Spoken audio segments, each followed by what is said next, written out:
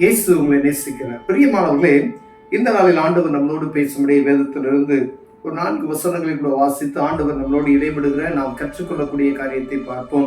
எரேமியா தீர்க்கதரிசியின் புஸ்தகம் 23வது அதிகாரம் 1, 2, 3, 4 வசனங்கள் இப்படியாக சொல்லுகிறது. என் மேய்ச்சலின் ஆடுகளை கெடுத்து சிதறடிக்கிற மேய்ப்பர்களுக்கு ஐயோ என்று கர்த்தர் சொல்லுகிறார்.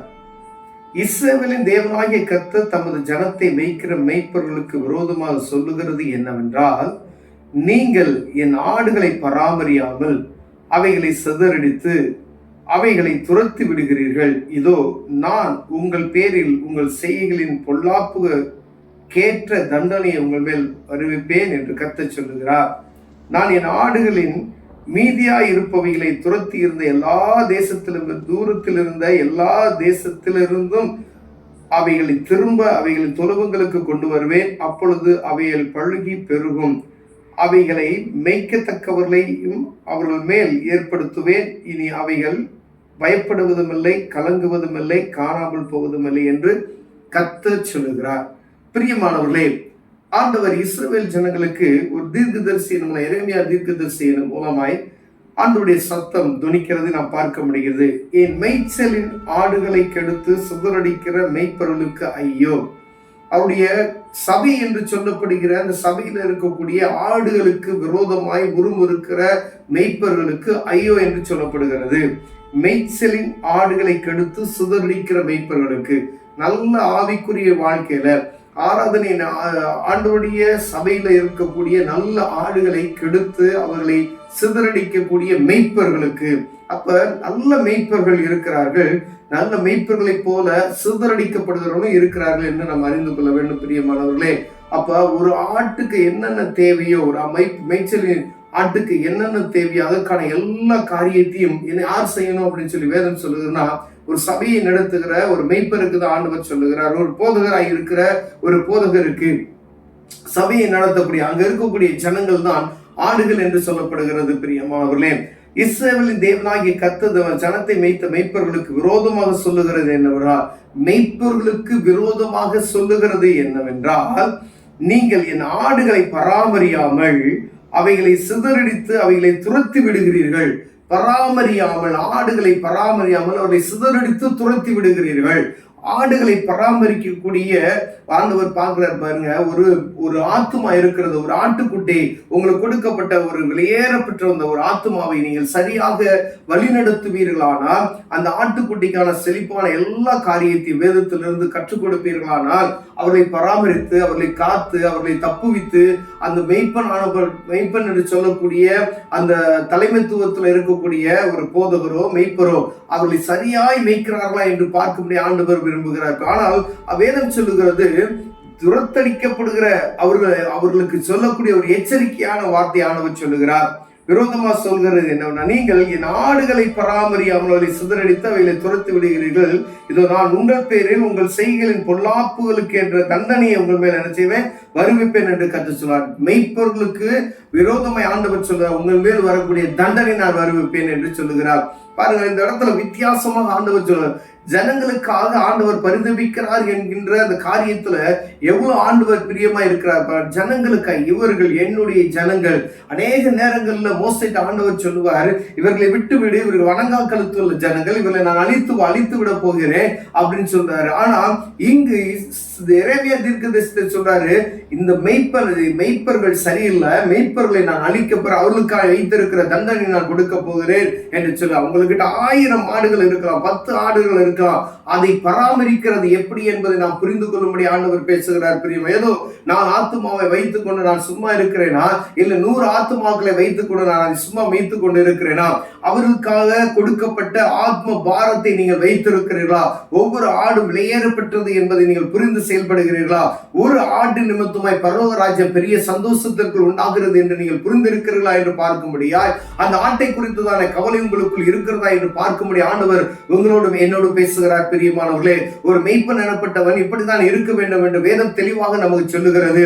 ஏதோ நமக்கு ஆட்கள் இருந்தால் போதும் என்பதற்காக அல்ல, அந்த கொடுக்கப்பட்ட அந்த ஒரு ஆத்துமாவை எவ்வளவு பராமரிக்கிறோம். ஒருவேளை அது அடிபட்டு இருக்கிறதா, அது வேதனையா இருக்கிறதா, அது என்ன நிலைமையில இருக்கிறது என்று ஒவ்வொரு நாளும் ஒரு மெய்ப்பன் ஒரு ஆட்டுக்குட்டியை எப்படி பராமரிக்கிறாரோ அதே போல ஒரு ஆத்துமாவை பராமரிக்கும்படி ஆண்டவர் உங்களோடும் என்னோட பேசுகிறார். பிரியமானவர்களே, ஆண்டவர் சொல்லுகிறார், இங்கு மெய்ப்பர்களுக்கு நான் கொடுக்க போகிற தண்டனை என்று சொல்லுகிறார். அப்ப மெய்ப்பர்கள் சரியில்லை என்று வேதம் சொல்லுகிறது. இந்த இடத்துல மெய்ப்பன் ஆனப்பட்டவன் ஏதோ வருமானத்திற்காக மாத்திரம் தங்களை ஆட்டுக்குட்டிகளை மேய்க்கிறவரை காணப்படாதபடிக்கு ஒரு ஆட்டுக்குட்டிக்கு வரக்கூடிய பிரச்சனைகள் என்னவென்பதை அறிந்து அதற்கு ஏற்ற போல அந்த ஆடுகளை மேய்க்குவதற்கு கற்றுக்கொண்டால் அந்த ஆடுகளை தப்புவித்து ஓநாய்களின் வாய்க்கு மாத்திரமல்ல, உலகத்தின் வாய்க்கு மாத்திரமல்ல, நல்ல செழிப்பான இடத்துல அதை மேய்த்து அதுக்கான போஜனங்களை சரியாய் நீங்கள் கொடுப்பீர்களானால் ஆண்டவருடைய வார்த்தை உங்களுக்காக பேசப்படுகிறது. நீங்கள் புரிந்து கொள்ள வேண்டும் பிரியமானவர்களே.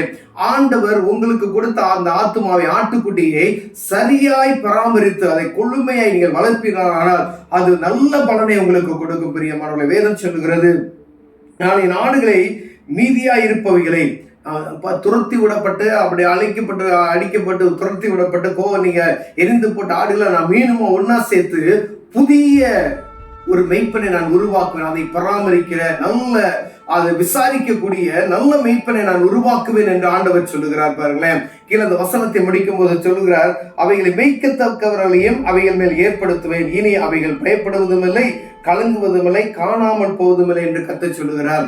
அப்ப ஒரு ஆத்மா காணாம போயிடுச்சு, அதை குறித்து கவலையற்று இருக்கிற நம்ம எத்தனையோ மெய்ப்பர்கள் நம்மை பார்க்கப்படுகிறது. ஒரு ஆத்மா சோர்வற்று இருக்குதா, அந்த காரியத்தை நம்ம புரிந்து செயல்படுகிறவர்களாய் அதை கேட்பாரற்று கிடக்கிறதா, ஒருவேளை அது வேதனைப்பட்டு இருக்கிறதா என்று நாம் அறிந்து கொள்ளும்படி ஆண்டவர் பேசுகிறார். வேலை நம்ம எத்தனை பேர் இதை நம்ம செய்கிறோம் என்பதை இப்ப தெரிந்து கொள்ள முடியல. ஒவ்வொரு நாளும் ஒரு குறிப்பிட்ட ஒரு ஊழியக்காரனுக்காக நான் ஒரு உதாரணமாக நான் சொல்லுகிறேன். ஒரு தனிப்பட்ட ஒரு மனிதனுக்காக அவர் எடுக்கக்கூடிய பிரயாசங்கள் 24 மணி, அதாவது 12 மணி நேரம் 11 மணி நேரம் ஒரு ஆத்துமாவுக்கு அவர் நேரங்களை செலவிடுகிறீங்களா பார்க்க முடிகிறது. எனக்கு தெரிந்த ஒரு அன்பு சகோதரனை சொல்லுகிறேன். அவர் பாருங்க, அந்த ஆத்மாவை சீர்படுத்துவதற்காக, அந்த ஆத்மாவை ஸ்திரப்படுத்துவதற்காக தன்னுடைய தன்னுடைய நேரங்களை அங்கு செலவிடுகிறதை பாருங்க. அவர் சாப்பிடாம கூட அந்த ஆத்மாவுக்கு சுவிசேஷத்தை அறிவித்து அந்த ஆத்மாவுக்கு நன்மையான காரியங்களை போதித்து ஒரே ஒரு ஆத்மா சரியாய் மாறிவிட வேண்டும் என்று பிரயாசப்படுகிற எத்தனையோ மெய்ப்பர்கள் இருக்கிறது நாம் பார்க்க முடிகிறது. ஆனா ஆண்டவர் இந்த இடத்துல சொல்லப்பட்டு இருக்கிற காரியம், ஒரு மெய்ப்பனானவர் ஒரு மந்தையை மேய்க்கிற ஒரு குறிப்பிட்ட ஒரு ஊழியக்காரர்களை சொல்லுகிறார். பிரியமானவர்களே, உங்க மந்தைய எப்படி நீங்க பாக்குறீங்க? ஏதோ கடமைக்காய் அல்ல, அதை விசாரிக்கிறவர்களா இருக்கிறீர்களா? அதுக்கான அதை எப்படியெல்லாம் நீங்க பார்க்கணும்னு சொல்லி ஒரு காரியத்தை மாத்திரமல்ல, ஒரு ஆத்மாவை மாத்திரமல்ல, ஏதோ நிறைய இருக்கிறது எங்கோ இருந்து தூரத்துல இருந்து அப்படியே மொத்தமாய் நான் பார்த்துட்டு போவதற்காக இல்ல. உங்க கொடுக்கப்பட்ட 1000 ஆத்துமாக்களா இருக்கலாம், 1000 ஆட்டுக்குட்டியா இருக்கலாம், 100 ஆட்டுக்குட்டியா இருக்கலாம், 1000 நீங்கள் அறிந்து வைத்திருக்க வேண்டும் என்று ஆண்டவர் பிரியப்படுகிறார். பிரியமா 1000 குறித்து உங்கள்கிட்ட ஆண்டவர் நியாயம் விசாரிப்பார். 1000 குறித்து ஆண்டவர்களுடைய நீதியை கேட்பார். பிரியமானவர்களே, ஒரு ஆத்மா ரட்சிக்கப்படுவது நிமித்த பரலோகத்தில் சந்தோஷப்படுமே, ஆனால் 1000 ஆத்மாக்களை குறித்து ஆண்டவர் உங்களுடைய கணக்கு கேட்க வல்லமையுள்ளவராய் இருக்கிறார். ஒருவேளை இதுல நம்ம குறைச்சல் உள்ளவர்களாய் காணப்பட்டோமேனால் ஆண்டவர் உங்களோட பேசுகிறார்.